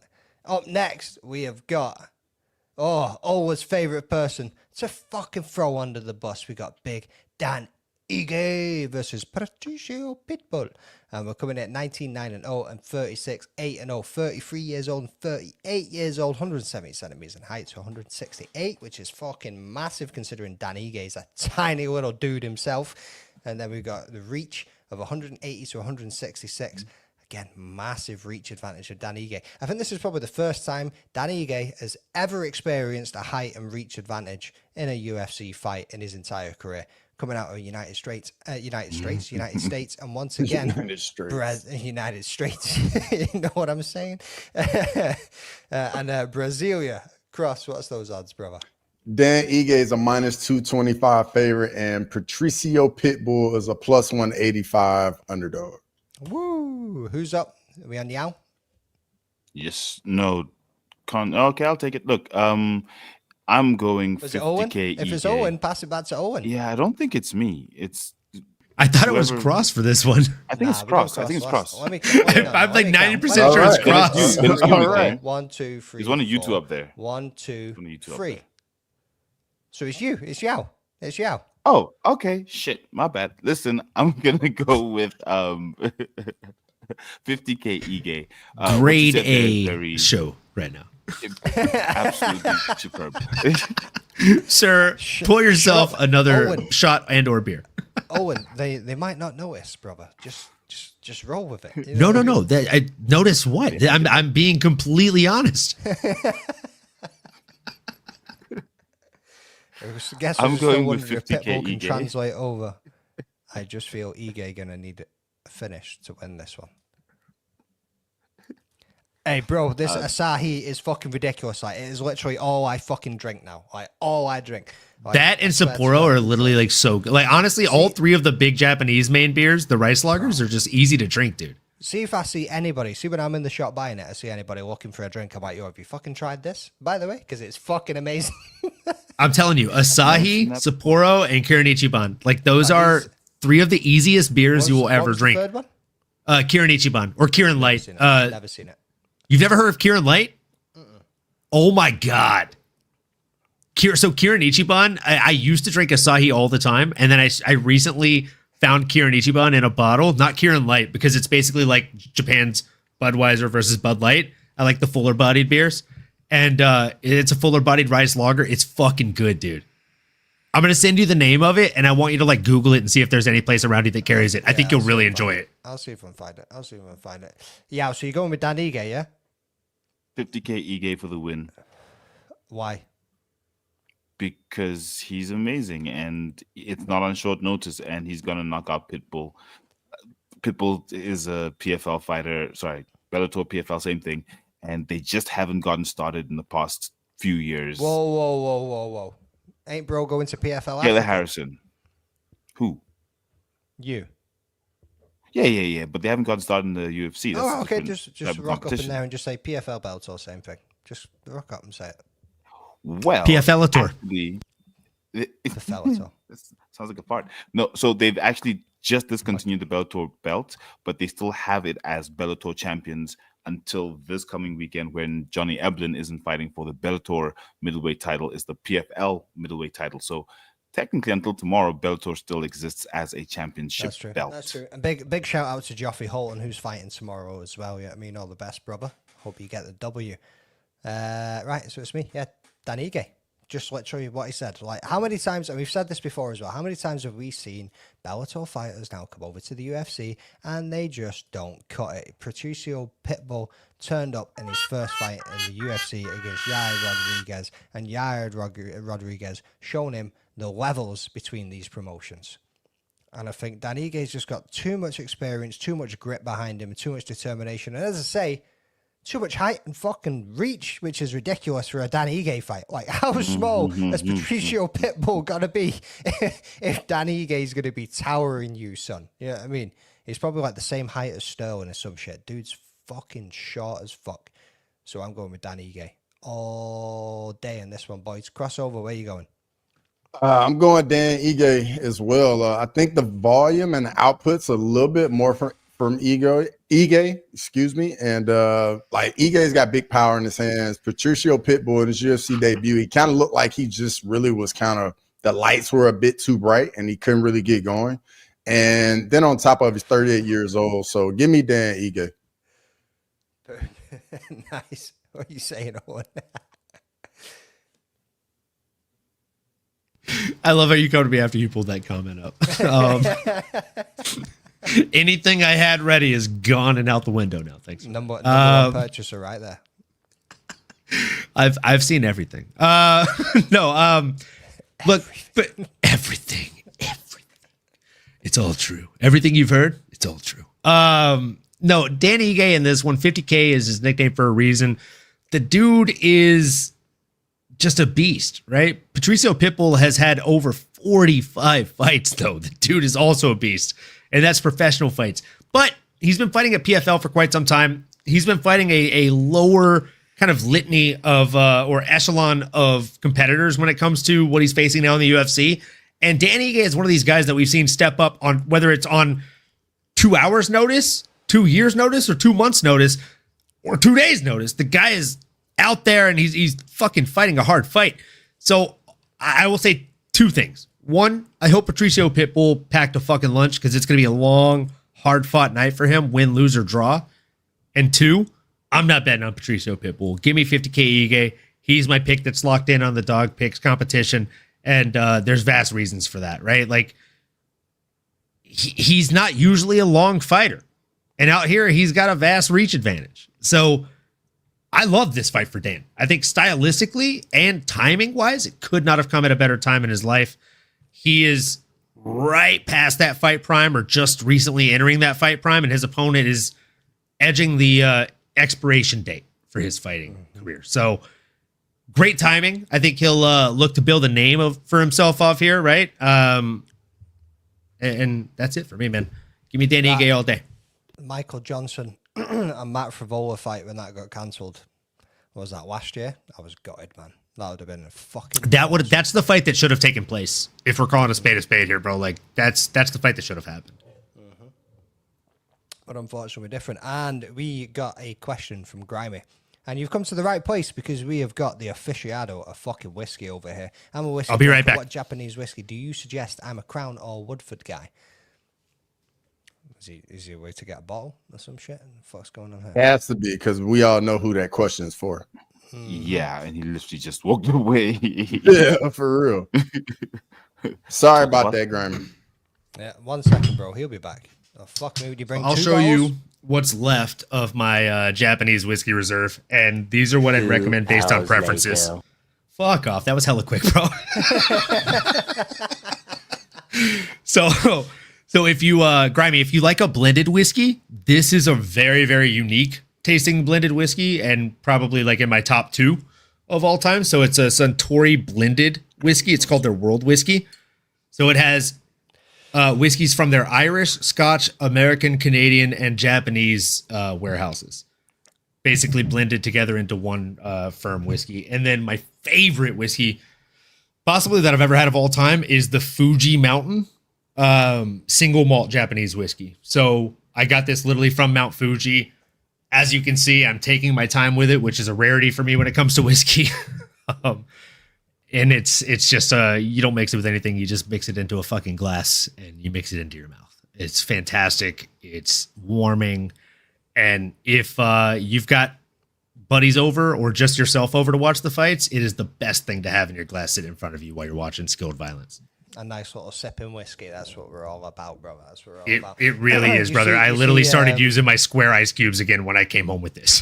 Nice. You see, obviously, Hiram's in Inverness or Hiram, whatever you fucking call him. Yep. You see, he 2. He's at the Glenfiddich brewery. So he hit Glenfiddich and then he went to Macallan as well. Oh, yes, Macallan's as well. Yeah, he hit 2 fucking whiskey distilleries in one day. Bro. That's one of the reasons I want to go to Scotland, brother. I'll see you there. I'll see you at the top. I've got 2 bottles in the cupboard waiting on you turning up, brother. Yeah, I mean, unopened, 12-year barreled, fucking aged Glenfiddich sitting right there. Say less, brother. I'm like 20% Scottish myself, so I need to go back and find my heritage, I think. I'll see you soon. From the fucking waist down. Ginger. Nah, brother. Nah, brother. Up next, we have got Kevin Holland versus Daniel Rodriguez. We're coming in on this welterweight fight at 28-13-0. You know what I mean? Kevin Holland, the most active fighter in the UFC, 19-5-0 for D-Rod, 32-38, 191 to 185 centimeters in height, and 206 to 188 in reach. United States versus United States. Crossover. What we saying, bro? Kevin Holland's a minus 625 favorite, and Daniel Rodriguez is a plus 455 underdog. I'm just going to go ahead and go with Kevin Holland. Like, dude's the last few fights, he just seems to be on an absolute roll. Activity's working for him. He's at the right weight class now. I mean, rocking at middleweight, and he's just absolutely fucking murking it every time he comes out there. Seems like he's having fun. Nothing seems to be too much of a stress for him, and it's always like, oh, when he gets caught, he gets caught. But I think with somebody like D-Rod, who is durable, I mean, we can see him go over the 3 rounds, but he doesn't really have the pace that Kevin Holland's kind of be coming at him with as well. So for me, I'm gonna go with a trailblazer. Cross, where you going, bro? I'm going with Kevin Holland as well. I think, the massive reach advantage, 7-inch reach advantage is going to be crazy. Daniel D-Rod on top of it gets hit a lot, isn't afraid to eat some shots, and I think Kevin Holland gets it done.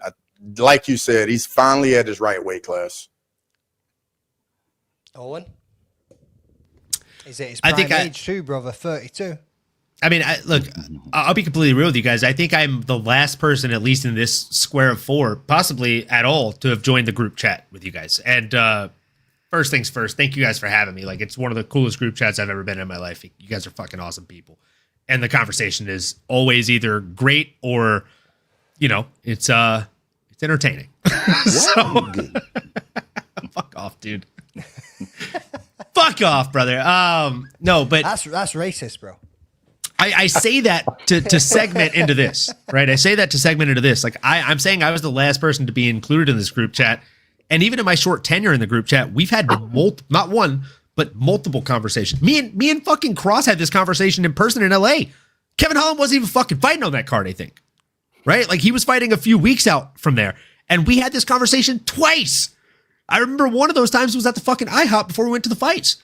I'm not surprised you had it twice because you don't shut the fuck up. Oh, fuck off, kid. The first time I see you, I swear to God, we are getting drunk and we're definitely going to end up fucking fighting. I can't wait. I cannot wait. Yeah, I mean. But no, like we've had this conversation, like me and Cross had this conversation in person twice. We've had this conversation in the group chat ad nauseum. Kevin Holland is one of these like tweeners, right? Where he thought he was. Where he fights between 170 and 185. He bounces back and forth. He likes to be extremely active and anybody, anytime, anywhere. And that's not the fucking way to do it, bro. Like we've seen that go wrong with Cowboy Cerrone. We've seen it go wrong with a number of other people. So I'm so happy that he's finally listening to not us, but the fans as a whole populace and sticking to 170. Having a nutritionist, having somebody that actually helps him stay at that weight in a disciplined way. Because at 185, he's just another really skilled but small 185er. At 170, he's an extremely skilled and sizably, like size advantaged 170er. And it shows. He looks so much bigger than a lot of these guys. He could be a world champion in the next 2 years, guys. Like, I wholeheartely believe that. 170 is a stacked division, but Kevin Holland goes out here and he makes these kids look silly. I think he might go out there and do it again over a very game D-Rod Daniel Rodriguez on Saturday night. I think he lands at range. He's got a hefty reach advantage on him. And I think that if Daniel Rodriguez gets frustrated, which he will after 6 or 7 minutes, he'll rush in, he'll try and catch him with something, and that's when Kevin will probably start to do his best work. Solid breakdown, brother. You know what I mean? I don't think you've left much there for Yao to work with, but Yao, where you going, dude? Kevin Holland. That one's very straightforward, easy. Specifically, the height reach variance between him and D-Rod. He's just going to piece up D-Rod. I think, like you across said, D-Rod gets hit too much. Kevin's good on his feet, on the ground, his grappling. So I just don't see how D-Rod wins this fight. So I'm going Kevin Holland. Nice. Up next, we got Paulo Costa versus Roman Kopylov in the middleweight bout. 14-4-0, 14-3-0. If you look at that Paulo Costa record, boys, and it's just not looking too pretty, is it? Both men coming in at 34 years old, 185 centimeters in height to 183, and 183 reach to 191. Brazil versus Russia. Who's up next? Owen, you first on this. The odds. Got the odds. Shit. Fucking hit the odds, bro. Hit the odds. Paulo Costa's a plus 190 don't even underdog. call it, brother. Just fucking start saying them. Yeah, I mean, just. Roman Kopylov is a minus 230. I'm trying, bro. I just don't want to cut you off.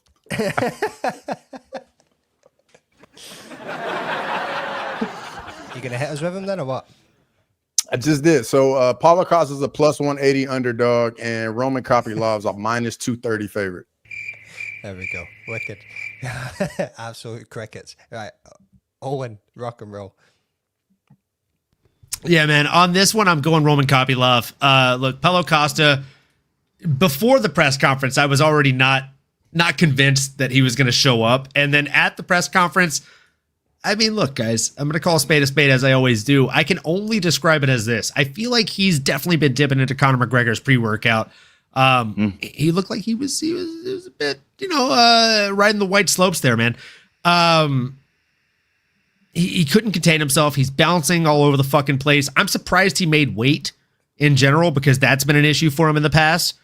The fact that he's made weight is half the battle, but that's only half the battle. He's coming in here against a very, very game fighter in Roman Kopylov, who has very technical striking and was winning when he fought Shara Bullet Magomedov, right? Like, he was winning that fight up until the moment he got dropped. Make no mistake about it. I will die on that fucking hill, right? So I truly have booger sugar, brother. I truly believe that powder. Paulo is coming in here to either retain his job or help build a future UFC star in Roman Kopylov, who is just a very, very quiet, shy, not outspoken MMA fighter. Like, he's the scariest kind of guy in sparring, right? The guy that doesn't say a word. Literally, you tap gloves, and then he just blasts your ass for the 5 minutes you're sparring with him until you switch partners. Whoa, pause. Nope. Don't do that. Free Diddy. Don't do that. No Diddy. No Diddy, bro. Come on, bro. Come on, bro. You can't be blast throwing you. around terms Blast like you. blast Okay, your fuck ass. off, McDane. You know what I mean? McDane. Oh, I can't wait to fucking see you in person, bro. Forget. Although in McDane's, What does that have to do with the price of beans in China, much bro? bigger. Like, with all due respect, big dog. The price of beans in China. Obviously not from America. No, I am not. Yeah, I mean, like, I've never heard that fucking phrase in my life. The price Guarantee you Cross has heard that phrase from someone at least 20 years older than him. I've heard it. I love how quick the head nod hit, bro. Yao, you heard that? The price of beans in China? We say the price of tea in China.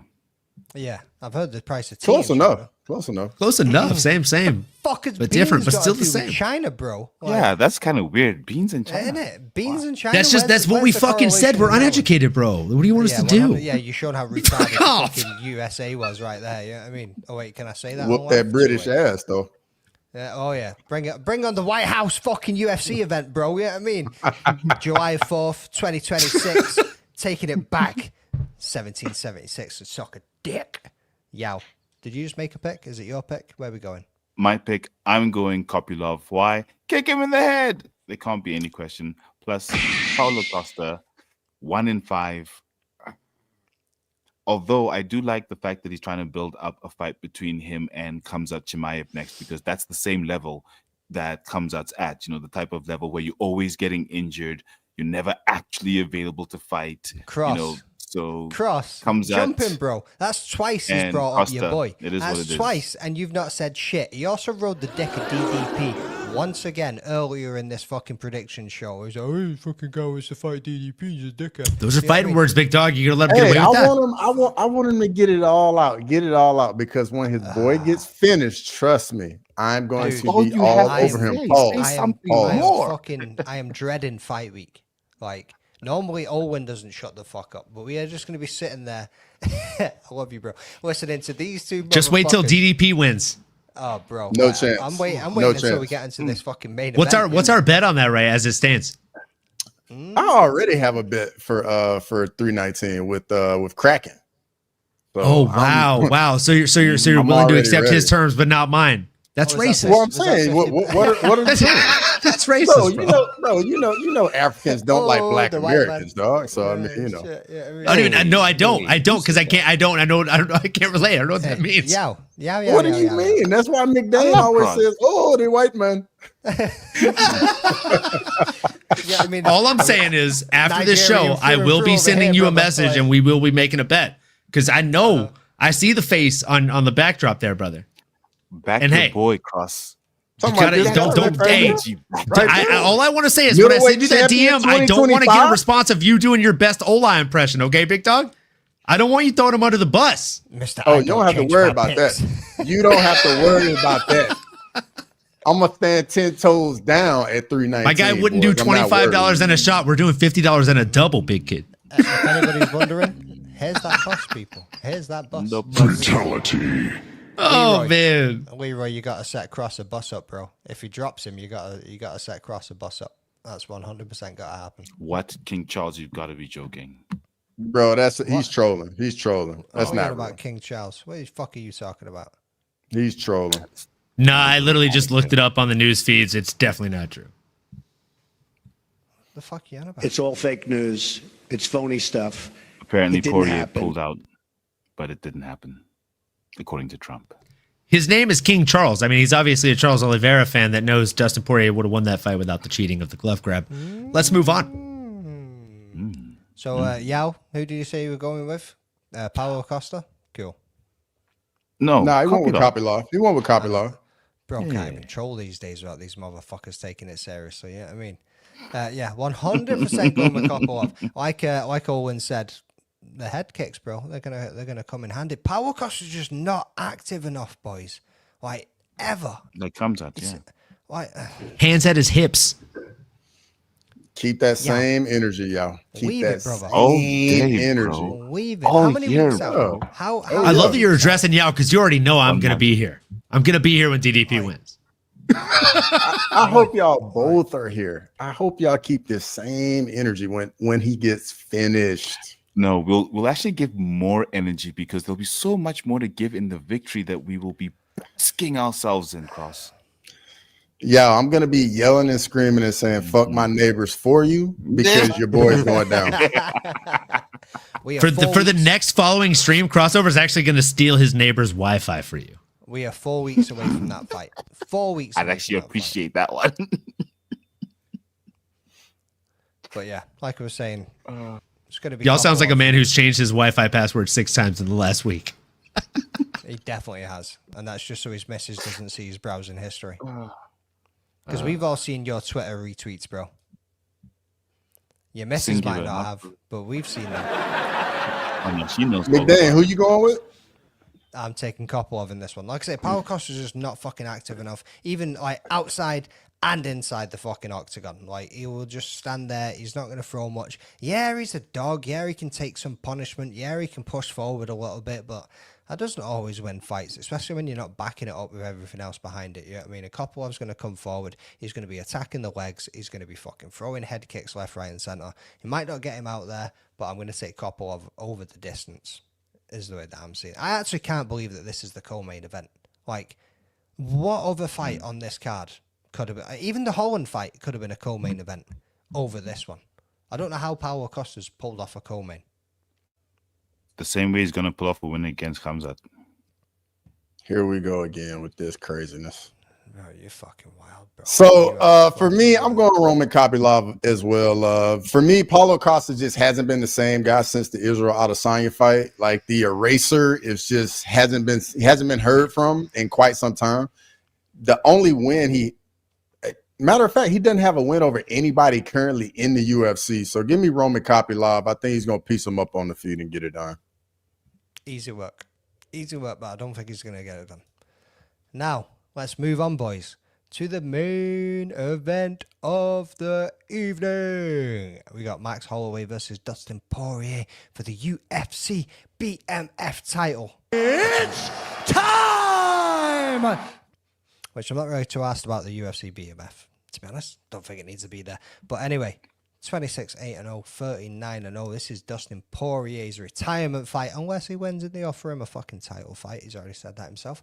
But we got 33-36, 108. Bro, it always baffles me that Max Holloway's like as young as 33 years old. You know what I mean? Because he's just been there for so fucking long.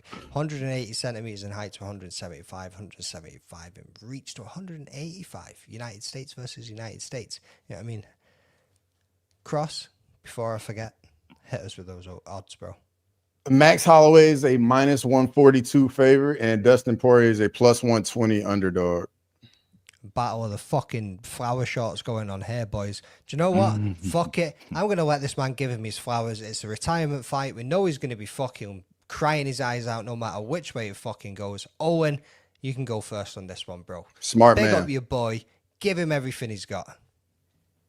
I mean, I said it in the chat. You should let me go last on this one because we're from the South, bro. We're not going to leave a whole lot of meat on the bones. This is my guy. I got Dustin Poirier here. I think he goes out there and gets it done. He's already 2-0 in the series.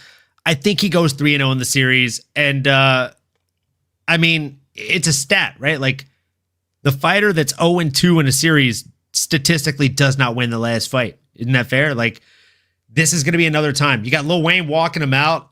You've got, like, all the stars aligning. It's the fucking diamond, as Chris Cushman said. Like, this is the man. This is the myth. This is the legend. And I can't help but think that he goes out there and gets it done. And not only that, but we've seen Max get finished now since their last fight.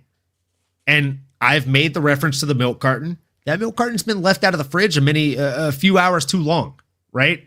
So I think the chin might be cracked for Max Holloway at this point. I think Dustin Poirier goes out there and finds it. And I think he just gets the BMF belt, man. Inside the distance, via knockout, inside the third round. And then calls for Ilia Topuria, and they make that fight happen in Spain. Oh, I said it on Wednesday. Imagine if this bro finally gets a fucking guillotine finish. I mean, cracks him with a little fucking right hook. Oh my God, could you imagine? Imagine, bro. Imagine he cracks Don't him be with a right silly, hook. jump the gilly? Drops him to the floor and just jumps on him and lands in the fucking guillotine. He's just like fucking cranking that shit. Oh, bro. That would be legendary. Like, and I got a feeling if that even happened, he would jump up and he'd be like, fuck man, I'm retiring. And he would just fucking turn around and walk the fuck out of that cage. Oh, bro. And crossover. Like, me and you talked about this, bro.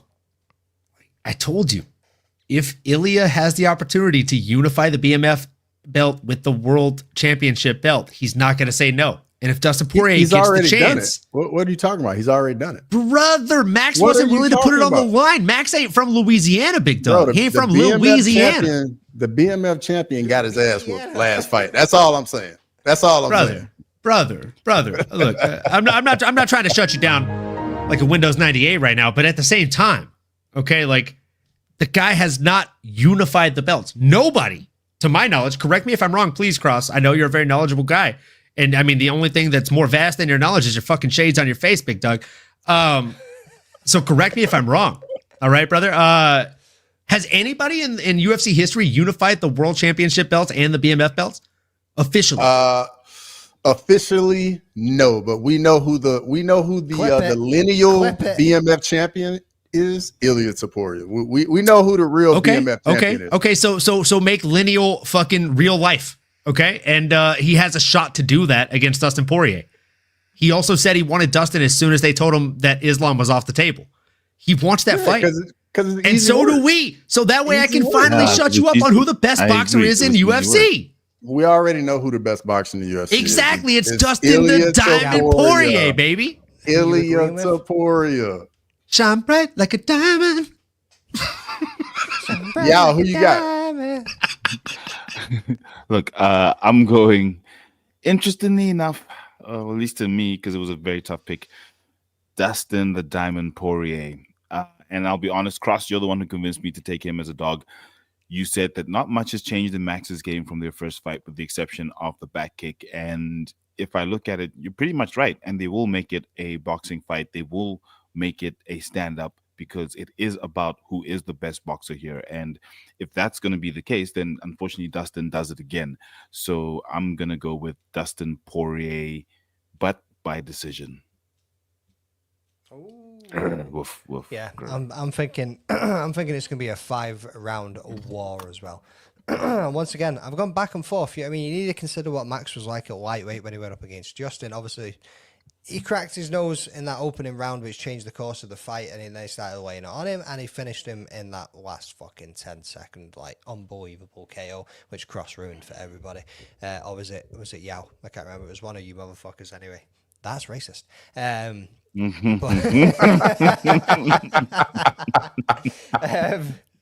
Yeah, it's going to come down to the boxing. The kicks ain't going to be fucking used much in this one. Even that spinning back kick, I don't think is going to make much of a difference. Like, Poirier's going to be closing the distance on him. He's going to be looking to get into the pocket, and he's going to absolutely fucking light him up. Even though, like, Max is going to come at him with the volume, Poirier's got the power. Both of them at lightweight, Poirier's still stacked, bro. You know what I mean? Like, he's going to come in there and just hit him with some crispy fucking punches. We've seen what Max looked like after both of the fights that they've already had together. as much as I love Max, and we know we're going to get a point on Osterberry's on this one, boys, because you know he's going to back Max no matter what, because he's just going to go with his heart of heart on this pick. So I'm going to take the underdog in Poirier on this one. Cross? I'm going with the diamond as well, man. You know, I think he's going to go out on top. I think we all want it. You know, he's 2-0 in the matchup so far, and just like we said earlier, much hasn't really changed in either guy's game. It's going to be primarily boxing. I know, Max is at this new weight class, and I think at this point in his career, it's where he should be right now. But I think the diamond's going to get it done. So give me Dustin Poirier. Woo. So let's move on. That's the end of the card, people, to the dog of the week picks. Yeah, I mean, who've you got? Right, let's start. Let's mix it up. We'll go back round the other way. Yao, dog of the week, son. Dog of the week. This is a tricky one. I got to go with Marvin Vettori. I think he's just going to hold off Brendan Allen. It's going to be a very, very close fight, that one. So Marvin Vettori, let's go. Nice, man. Mixing it up a little bit. Owen, Dustin Diamond Poirier. Without a Do doubt. we really have to ask? Not really, I mean, but you've got to include him, bro. Yeah, I mean, we're all about EDI around here. I mean, you already know who I'm with, brother. Come on. I'm going shine bright like a diamond. We're going Dustin the Diamond Poirier. If there's ever been a pick you don't have to question, that's it. He's the dog of the week. Cross, you going to mix it up, or are you going to follow this man in his footsteps? I'm going with Marvin Vettori, man. I think, I don't really think Brendan Allen's really going to have much for him. I think it's going to be a 3-round fight, and I'm going with the tougher guy. So just give me Marvin Vettori. Going to go with that absolute ogre. Yeah, I mean, you can't put him out. So, yeah, I mean, if you can't beat him, join him. Not bad, not bad. I might have to join Owen on this one. I'm going to go with Dustin Diamond Poirier too. Like, you getting Dustin as a fucking dog, bro. Like, that's a given. That is an absolute fucking given. Shine bright like a diamond. Shine bright like a Definitely getting copyright strikes. Definitely getting copyright now. Definitely getting copyright now. Like, 5 seconds. You can do 10 seconds. Right, okay. Well, keep it playing, brother. Keep it playing. Take your chances. I ain't monetized yet. You know what I mean? I ain't monetized yet. I ain't asked. You know what I mean? I've already been to copyright school. I'll go again. I'm not fucking like, I got one of those. it's these dudes that lose some money. It ain't me. Anyway, right. That's us, folks. Thank you for fucking tuning in. Fucking 1 hour and 37 minutes went pretty quickly, to be honest. Got an absolute stacked card coming up tomorrow night. I know, Owen, you won't be at the watch along. Yao, Cross. So, Grammy, I didn't have that loaded up. I actually just did it while McDane was doing his pick. Yeah, I seen him in the background moving. I was like, I know what this It doesn't scream zesty. It screams crafty. All right? So, yeah, who's game for a watch along tomorrow? I'm not. I'll be drunk and crying. I'll probably be on. You'll be crying It's from the possible. start of the prelims, just knowing what's coming. You know what I mean? Knowing what's coming. Yao? No, I'm doing the PFL. I might make the main card. Or the main fight. What are you going to do? PFL? Get a fucking old... He'll be on. He'll be on. Because he's going to be watching it in his little robe. He's definitely going to be on. You already know it. Yeah, could you give us a... It is little though. Could you give us a quick hit on who Dogbot's got for those picks? I have no idea. See, I will find out. That was a bit trick later. question, though. I was trying to I catch disagree. him. I was trying to catch him, see if he already had the answers on that shit. You know what I mean? Hey, well Nah, played, Yao. Look, I agreed with you guys. I'm going to stick to keeping it fair, but we'll see what the dog picks. That'll be interesting to see what comes up. Right. Thank you to everybody that's fucking tuned in. Catch us tomorrow for the UFC 318 watch along. Owen, enjoy your night, brother. Hope you have a good time with the family. Fucking jump in where you can, bro. Don't cry too much. If you need a shoulder to cry on, don't call me, because I'm just gonna call you a bitch. Anyway, peace out, people. We'll catch you tomorrow. Hey guys, this is John Anik from the UFC. You're watching the Fight Week Show. Please subscribe. Not now, but right now. Subscribe to the Fight Week Show. We'll see you guys on the road soon.